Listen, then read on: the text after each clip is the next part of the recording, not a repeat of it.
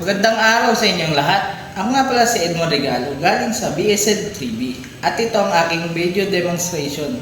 Handa na ba kayong makinig at matuto?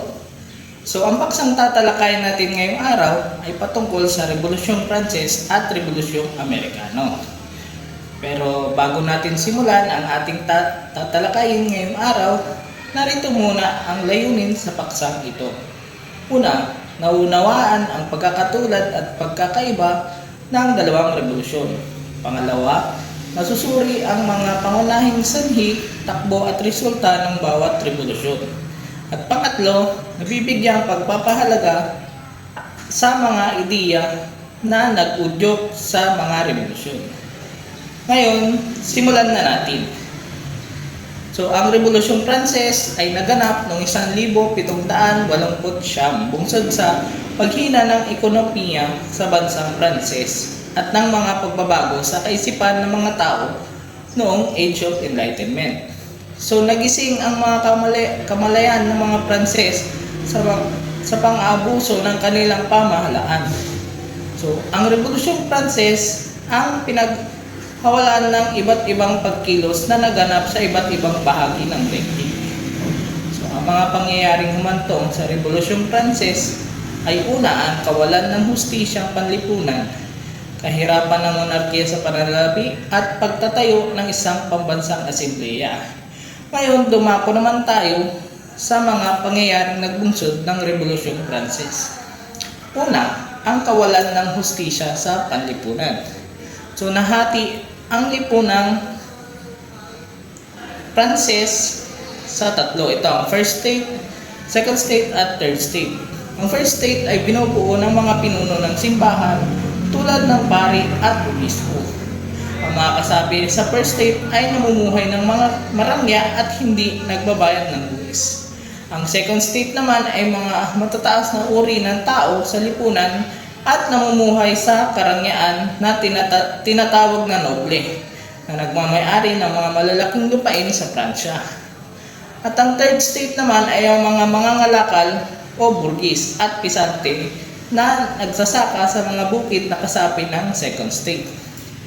So pangalawa naman ay ang kahirapan ng monarkiya sa pananalapi. Bunga ng digmaan na kinaharap ng Pransya dahil sa pagpapalawak ng nasasakupan, dumanas ang Pransya ng matinding suliranin. Pinansyal, nagsimula noong 1700. Walang mabisang paraan na ipinatupad ang pamahalaan sa paniningil ng buwis sa mga sasakupan. Kaya hindi nila mabayaran ang kanilang mga utang.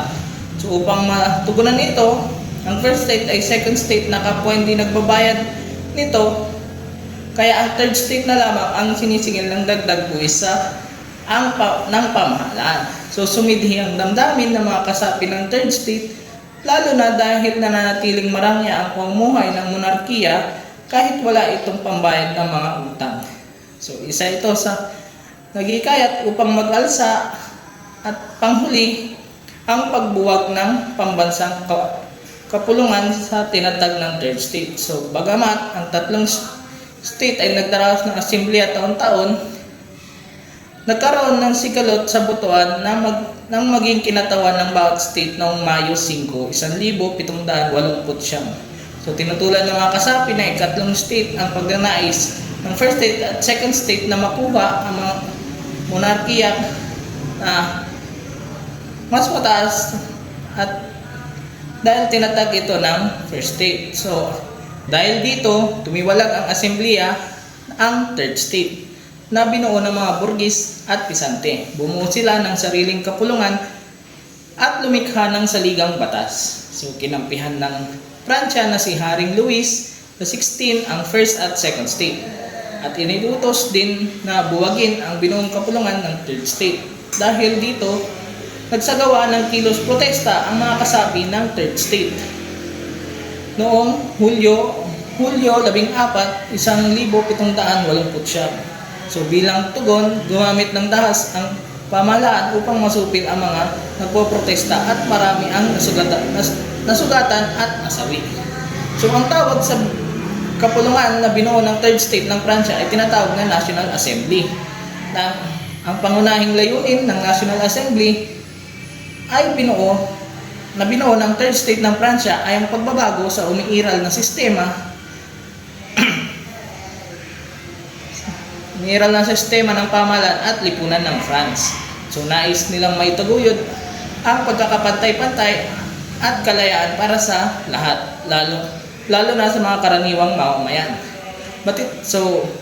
Batid ko na lahat kayo ay naunahan ang paksang tinalakay natin ngayong araw. Yun lamang at maraming salamat.